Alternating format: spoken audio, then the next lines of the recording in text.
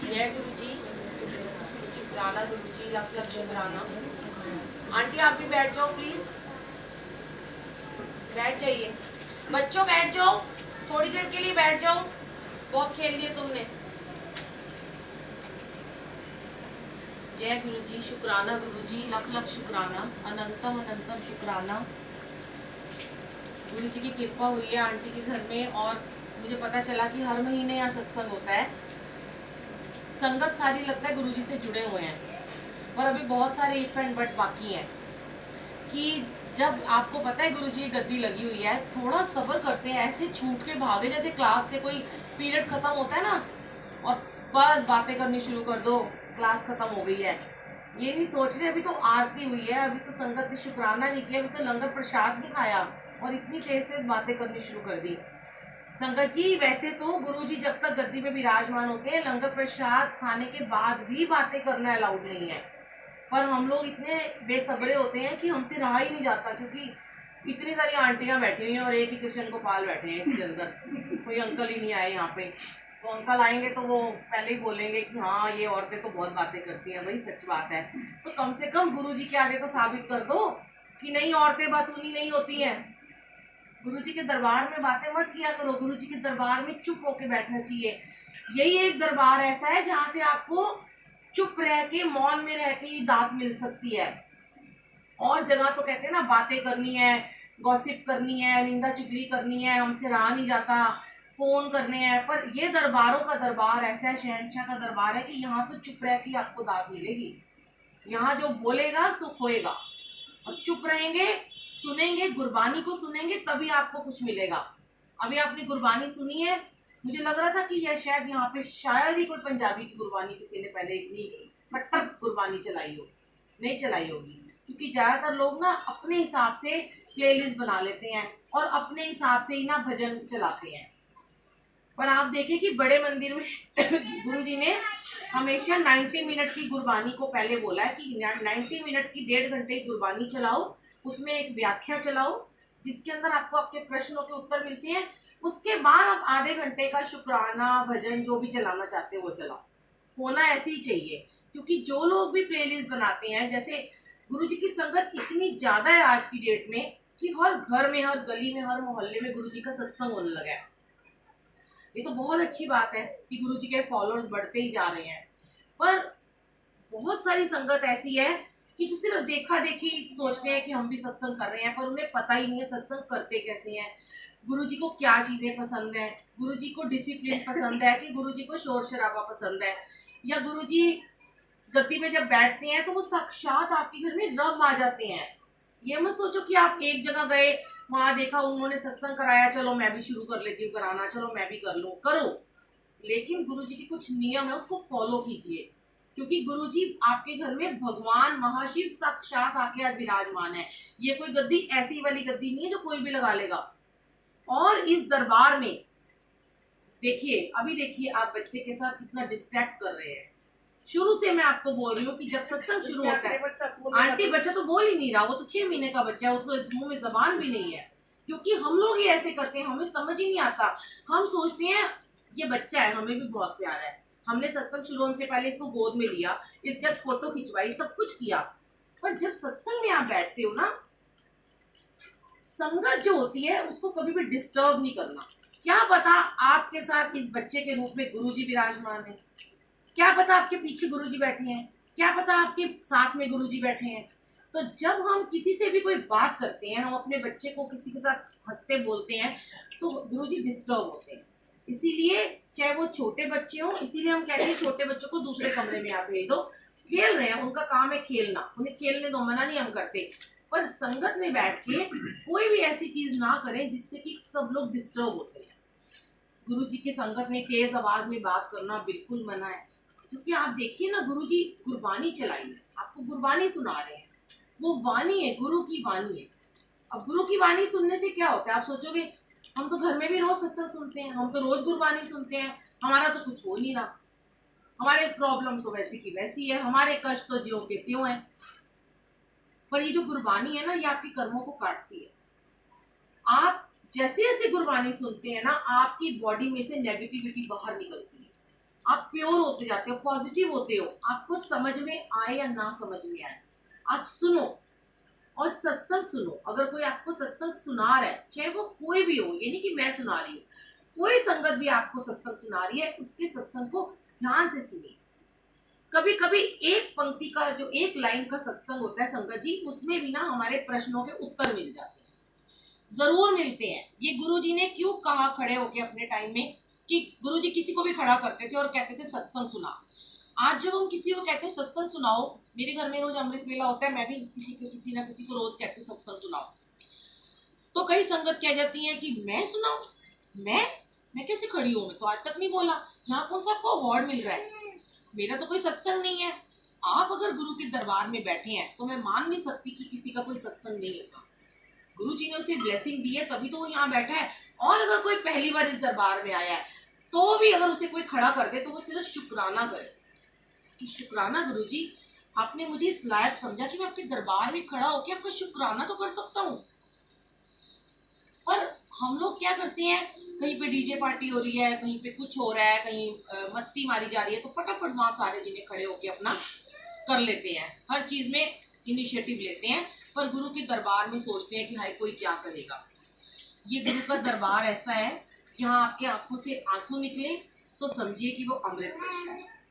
ये जो अमृत वर्षा सब रूपों में होती है ना, आजकल आप देखते हैं, अमृत वर्षा गुरुजी ने जब भी करी, मेरे घर भी बहुत बार करी, शायद वर्षा भी करी, पर उन्होंने सिर्फ और सिर्फ ऐसे करी है कि सिर्फ 2 या 4 बूंदे, ये जो बाल्टियां भर भर के अमृत वर्षा दिखाते हैं, शायद वर्षा हो रही है, घी वर्षा हो रही है, डब्बे भर भर के दिए जा रहे हैं, बड़े बोल ना बुलवाए गुरुजी।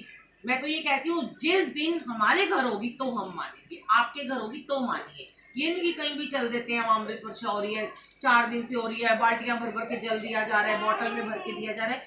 आप देखिए बड़े मंदिर में कभी ऐसे हुआ, कभी वहां पे देखा आपने इतना बड़ा मंदिर जो गुरुजी ने अपने हाथों से बनाया, जिसमें 12 ज्योतिर्लिंगों की शक्ति को गुरु महाराज ने स्थापित किया, उस मंदिर में क्यों नहीं कभी अमृत वर्षा होती? सोचने वाली बात, वहां क्यों नहीं अमृत वर्षा हो रही है, वहां से क्यों नहीं बाल्टियां भर के जल दिया जा रहा, वहां से क्यों नहीं शहद की बोतलें दी जा रही हैं? तो गुरुजी कहते हैं कि जब तुम्हारी आंखों का जल सूख जाता है तो मुझे स्वरूप में तुम्हें दिखाना पड़ता है कि मैं हूं। इतनी अच्छी अपनी लिव लगाइए, इतने ध्यान से बैठिए, बिल्कुल ऐसे बैठ जाइए 2 घंटे, सारी दुनियादारी को छोड़, सारी दुनिया एक तरफ, और गुरुजी महाराज के चरणों में देखो, उनके चोले को देखो, उनके स्वरूप को देखो, कुछ नहीं तो अपने मन में लिव लगाओ, तब आपकी आंखों से आंसू बहेंगे और वो होगी आपकी असली अमृत वर्षा। गुरुजी कहते हैं कि मैं, जब तुम मेरे दरबार में आते हो, आपने देखा होगा हर कोई यही सुनाता है कि जब मैं पहली बार गया तो मेरे आंखों से आंसू बहे, बहुत बहते हैं, बहुत बहते हैं, बंद ही नहीं होते। क्यों बहते हैं? पहली बार ही गुरुजी के पास जाके आंसू बह रहे हैं। क्यों? क्योंकि एक तो गुरुजी हमें ब्लेसिंग दे रहे हैं और हमारी अंदर की नेगेटिविटी को बाहर निकाल। मैं खुद इस बात का एक्सपीरियंस कर चुकी हूँ कि जब जब मैं बहुत नेगेटिव हो जाती हूँ, या मुझसे कोई ऐसे नेगेटिव लोग आके मिलते हैं, या कोई कहीं हम निंदा चुगली सुन लेते हैं, करते भी नहीं पर सुनते तो हैं इन कानों से, तो अगले ही दिन जब हम अमृत वेला में बैठते तो हमारी आंखों से आंसू बहते हैं। तो गुरु जी उस नेगेटिविटी से उसको साफ करते हैं, हमें प्योर करते हैं। और वो ऐसे नहीं करते, जब तक आप गुरबानी नहीं सुनोगे, लिव नहीं लगाओगे, बैठोगे नहीं ध्यान में, तब तक आपकी आंखों से आंसू नहीं बहेंगे, आपका मन गंदा ही रहेगा। और जरूरी नहीं, कई लोगों के नहीं बहते आंसू, पर वो अंदर अंदर भीग रहे होते हैं, इस भाव में भीग रहे होते हैं कि गुरबानी चल रही है, चलो, उनको महसूस होती गुरुजी की प्रेजेंस। तो जब आपको गुरुजी की प्रेजेंस महसूस होती है, सोचिए आपको गुरु ने दर्शन दे दिए, आंखों से आंसू भाई आपको दर्शन दे दिए। और सबसे पहले ऐसे सेवादार बनिए, ऐसे फॉलोअर्स बनिए कि अगर आपके साथ बैठा कोई इंसान बात कर रहा है, अगर आपके साथ बैठा हुआ कोई भी संगत फोन पे बात कर रही है, फोन का इस्तेमाल कर रही है, आपस में बातें कर रही है, इतने अच्छे सेवादार बनिए कि उसे रोकिए और हाथ जोड़ के भैया कहिए भैया चुप हो जाओ। पर हम ऐसे नहीं, हम ना शुक्र हैं। कोई बोल रहा होता है तो हमें रस आता है, क्योंकि हमें इन चीजों में ही रस आता है।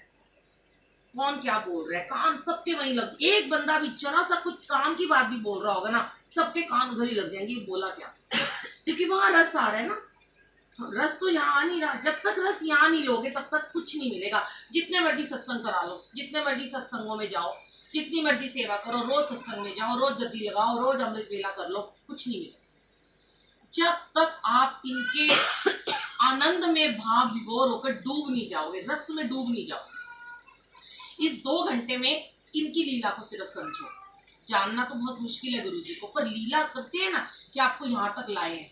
अब यहाँ आने के बाद सबसे पहले मैं तो बहुत बार सोचती हूँ, मैं पता नहीं मेरे दिमाग से क्यों निकल जाता है, शायद गुरुजी मुझसे बार बार अभी कहलवा रहे हैं और बहुत जल्दी ये करवाने वाले हैं, कि मैंने सोच रखा है कि अब मैं जिस सत्संग में जाऊं तो मैं सबके फोन स्विच ऑफ करके गुरुजी के चरणों में टोकरी में रखवा दूंगी। ना रहेगा बांस, ना बजेगी बांसुरी, फोन होगा ही नहीं। क्यूरियोसिटी कितनी है, व्हाट्सएप देख ले भैया, पता नहीं कौन सा इंपॉर्टेंट मैसेज आया होगा, पता नहीं कौन सी हमारी कॉल आ रही होगी। कितने यहाँ लोग बैठे हैं, मुझे बताओ कितनों के बिजनेस खराब हो गए होंगे 2 घंटे में? है किसी के बिजनेस खराब हुए या 2 घंटे बैठने से? फिर क्या जरूरत है आप लोगों को फोन देखने की? हुआ बिजनेस खराब? फिर तो पहले पिटाई होनी है। बस मैं कोई एक्सक्यूज नहीं सुनूंगी। हस्बैंड वाइफ कोई नहीं है यहाँ पे, कोई एक्सक्यूज नहीं है। गुरु के दरबार में बेटा कोई एक्सक्यूज नहीं।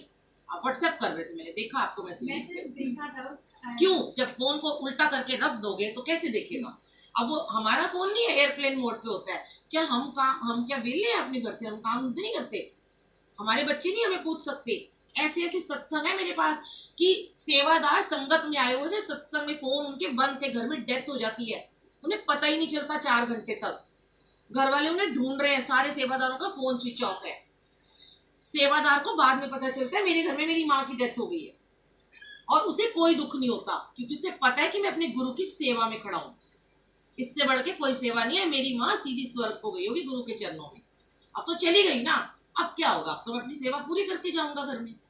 ये सोचो कि कुछ नहीं होगा। कितनी बार तो मैं ही सुनाती हूँ, आप सब सुनते हो मेरे सत्संग, कि मेरे साथ गुरुजी ने कितनी बार ऐसा किया कि मेरी इतनी सारी बुकिंग्स आती थी और कैंसिल हो जाती थी मेकअप की, और मेरा बेटा और मेरे अंकल बोलते थे तेरा 9,000 का नुकसान हो गया, तेरा 15,000 का नुकसान हो गया, और मैं कहती थी तुम्हें क्या पता, मैंने 15 करोड़ कमाए हैं इस गुरु की सेवा करके। और नेक्स्ट डे ही मुझे 3 गुना ज्यादा 40-40, 70-70 हजार का काम मिला।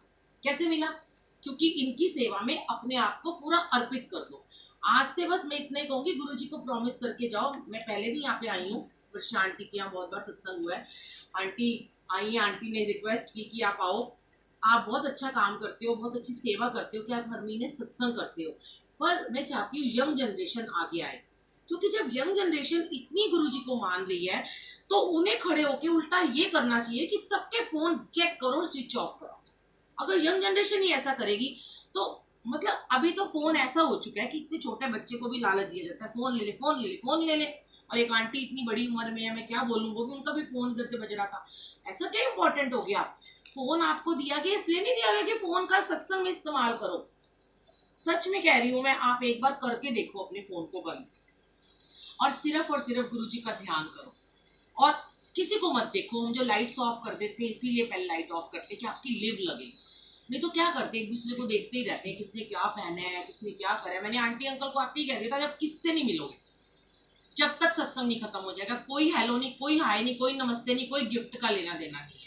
क्योंकि गुरुजी को बुलाए, गुरुजी की सुनो। और वो क्या सुना रहे हैं? अपनी महिमा सुना रहे हैं, अपने शब्द सुना रहे हैं, अपनी गुरबानी सुना रहे हैं, अपना सत्संग सुना रहे हैं। तो गुरुजी की गद्दी लगी है, सब गुरुजी को ये प्रॉमिस करें, गुरुजी हमें मिल जाए बस, और हमें कुछ नहीं चाहिए। गुरु से गुरु को मांगी और बोलो हमारा अहम खत्म करो, हमारी निंदा चुगली। सबसे बड़ी ऐसे सत्संग है कि मैं चलो आपको एक सत्संग सुनाती हूँ कि एक आंटी गुरु ग्रंथ साहब जी की पक्की बानी है, आपने सुनी भी होगी, रिंकू वीर जी भी सुनाते हैं, मैंने भी गुरु ग्रंथ साहब मेरे घर में है, मैं शुरू से गुरुद्वारे जाती हूँ। एक आंटी बहुत बहुत बहुत पूजा पाठ करती थी, रोज लंगर लगाती थी, रोज संतों की सेवा करती थी, रोज गरीबों को खाना खिलाती थी, राजा महाराजाओं के घर की थी, मियाँ बीबी बहुत सेवा करते थे, और रोज सत्संग करते थे, रोज निंदा मतलब पाठ करते थे। और जैसे ही सत्संग खत्म होता था, शाम होते ही वो चबूतरे पे बैठ जाती थी और निंदा चुगली करती थी। कैसे करती थी कि उनको आके ना लोग तारीफ करते थे, वाह, आप तो बड़ा अच्छा काम करते हो, वाह ये आंटी तो बड़ा अच्छा काम करती हैं, वाह क्या बात है। गुरुजी आपकी परीक्षा लेते हैं, आपसे पहले ऐसी सेवा लेते हैं, फिर आपकी तारीफ करवाते हैं, आपको ब्लेसिंग देते हैं, और फिर तुरंत ही उस 20 आंटियां अगर उस आंटी की तारीफ करती थी कि ये बहुत अच्छी है, ये तो बहुत सेवा करती है, रोज भूखों को खाना खिलाती है, गरीबों को खाना खिलाती है, अचानक से उसको एक दिन पता चलता है कि उन्हीं में से एक आंटी है जो ये बोल देती है कि हाँ ये क्या करती है, बड़ा खाना खिलाती है, कर दिया तो क्या हो गया, हम भी तो खिलाते हैं। उसके नेगेटिव उसने कुछ भी बोल दिया, ये तो अपने आप को पता नहीं महान समझती है। अब जो आंटी सेवा कर रही है, जब उसने सुना कि मेरे को एक आंटी फला फला ऐसे बोलती है, तो उसके मन में ना उस आंटी के प्रति ना बहुत एक नेगेटिव भाव आ गया। और उसने क्या किया, जब नेक्स्ट डे सब उसकी अच्छाई कर रहे थे ना, तो उसने सारी सभा के बीच में बैठकर उसी चबूतरे पे उस एक आंटी की बुराइयां शुरू की कि वो मुझसे नफरत करती है, वो मुझसे जेलस करती होगी इसलिए ऐसे बोलती है। तो फिर गुरुजी महाराज ने कहा कि तेरे इतना सेवा करना, तेरा इतना लंगर लगाना, तेरी इतना गरीबों को खाना खिलाना, सिर्फ तेरी एक निंदा चुगली से सबका सब खत्म। सिर्फ एक इंसान, क्योंकि ये सोचो कि 99% आप में अच्छाइयां हैं, पर हमारे में अगर एक भी बुराई है, हम उससे बच नहीं सकते। क्यों? जब हम गुरुजी को अपने अपने आप को गुरुजी के सपुर्द कर देते हैं, सरेंडर कर देते हैं, 100% सरेंडर कर दिया, कोई हमारे मन में किसी के लिए वैर नहीं, ना द्वेष, ना कोई राग, ना कोई प्रतिस्पर्धा। बहुत लोग हैं, मेरे को भी, मैं यूट्यूब पे डालती हूँ सत्संग, तो खैर मैं टचवुड, मैं गुरुजी के आगे झूठ नहीं बोलूंगी, मेरे को ऐसा लगता है कि मेरा कोई दुश्मन नहीं है, और मैं बहुत भाग्य वाली हूँ। जो होगा तो मुझे नहीं पता, क्योंकि वो मेरे सामने, या मुझे कोई कहता भी नहीं कि वो तुम्हारी निंदा चुगली करता है। लेकिन अगर किसी ने एक बार यूट्यूब पे कुछ लिख दिया गुरुजी के लिए, कुछ गलत लिख दिया, लोग होते हैं ना जो गुरुजी को नहीं मानते, तो मैं ना बड़ी अपसेट हो गई। तो मैंने अपने बेटे को जाके बोला, मैंने कहा यार इस मैसेज को ना डिलीट कर। कहता है क्यों, क्या हो गया? मैंने कहा यार वो साहिब गुरुजी के बारे में ऐसे ऐसे बंदा लिख रहा है, मुझसे तो बर्दाश्त नहीं हो रहा। तो मेरा बेटा कहता है कि आप अपनी सेवा कर रहे हो, आप गुरुजी का गुणगान गा रहे हो, आप छोड़ दो ना उस आदमी को, कौन है आप जानते हो। तब मेरे बेटे ने मुझे, छोटे से मेरे बेटे ने बड़ी अच्छी बात बोली कि मोदी जी है ना, मोदी के 90% अच्छे फॉलोअर्स हैं, पर 10% तो उनकी भी बुराई करते हैं। आप क्या मोदी बन गए हो? इंसान ही तो, क्या हो गया किसी ने बोल दिया। गुरुजी को तो पता है ना कौन गलत है कौन सही है, छोड़ो, ऐसे इतना ध्यान दोगे तो कुछ नहीं कर सकोगे।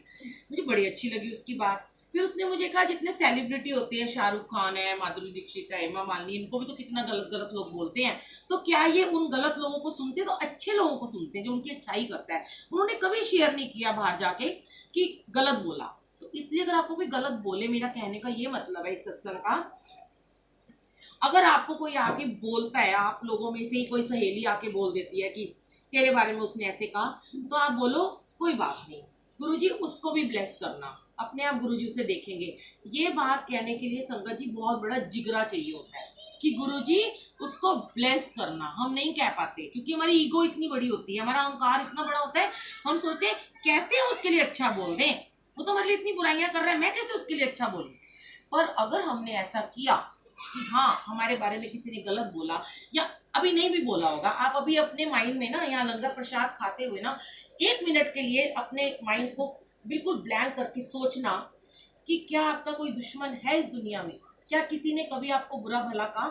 क्या किसी से आपकी लड़ाई हुई थी? कोई पड़ोसन, कोई सास, कोई बहू, कोई देवरानी, कोई जेठानी, कोई हस्बैंड, कोई वाइफ, और आपको लगता है कि आप उसकी शक्ल भी देखना नहीं गवारा करते हो, आपको लगता है कि मेरा बहुत बड़ा दुश्मन है, मेरे सामने आ जाए तो मैं कन्नी काट के निकल जाऊं।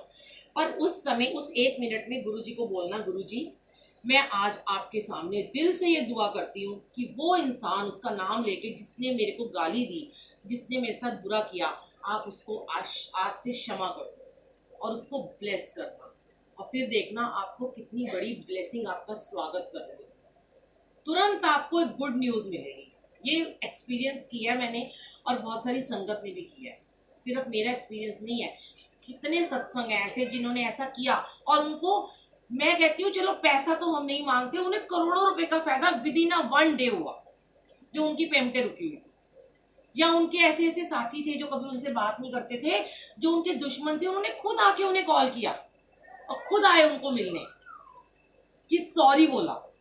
आपसे तो गुरुजी ने सॉरी भी नहीं बुलवाया, आपको तो कुछ कहा ही नहीं, आपको तो नीचे ही नहीं झुकने दिया। आपने तो सिर्फ गुरुजी के आगे बोला सॉरी गुरुजी, उसको माफ करती हूँ मैं आए, पर गुरुजी ने उसी इंसान से आपको सॉरी बुलवा दिया। ये गुरुजी महाराज है। तो इसलिए इनके दरबार में सिर्फ और सिर्फ अपने भाव व्यक्त कीजिए, बैठकर कोई नेगेटिव बात मत सोचिए, कुछ मत करिए, कोई निंदा चुगली नहीं करनी। और हाँ, जैसा लंगर प्रसाद आपको मिलता है जिस रूप में, चाहे चीनी कम है चाय में, चाहे चीनी ज्यादा है, चाहे हलवे में मीठा ज्यादा है, चाहे सब्जी में मिर्च है, हमें भी बहुत कई बार मिर्च लगती है, हम भी सीसी करते हैं, पर गुरुजी वो आपके कर्म कटवाने के लिए वो गुरुजी ने भोग लगाया है। गुरुजी क्या पता किसका अल्सर ठीक कर रहे हैं, क्या पता किसकी शुगर ठीक कर रहे हैं, क्या पता किसका कैंसर ठीक कर रहे हैं, कौन सी बीमारी को ठीक करना चाहते हैं। तो वो प्रसाद सोचिए कि गुरुजी महाराज ने उसे खाया, ब्लेस किया, अमृत बना दिया, उसको एक दवाई बना दिया और मेडिसिन बना दिया, तो आपके नसीब में वो प्रसाद है। उस प्रसाद के लिए देवी देवता भी लाइन लगा के खड़े होते हैं, जो हमें यहाँ लंगर प्रसाद अभी मिलेगा, जो बड़े मंदिर में भी मिलता है। जब गुरुजी गद्दी लगती है वहाँ भी गुरुजी विराजमान होते हैं। और बहुत सारी मुबारक अंकल आंटी को। और अंकल आपका इतना सारा शुक्राना कि आंटी ने मुझे कहा था अंकल बिल्कुल नहीं बैठते, और आप मेरे एक बार कहने से गुरुजी शुक्रिया कि आपने अंकल को पूरे 2 घंटे का सत्संग सुनाया, क्योंकि मुझे पता चला था कि यहाँ पर जेंट्स लोग नहीं बैठते, वो औरतों को घूंघट करना पड़ता है। तो मैंने बोला अंकल आप इधर मुंह करके बैठ जाओ, किसी को मत देखना, और जिसको घूंघट करना है वो अपने आप कर लेंगे। तो गुरु के दरबार में तो कोई घूंघट नहीं है जी, ये तो सब गुरु की महिमा है। अंकल आंटी अभी थोड़ा सा डांस करेंगे। नहीं, अभी अंकल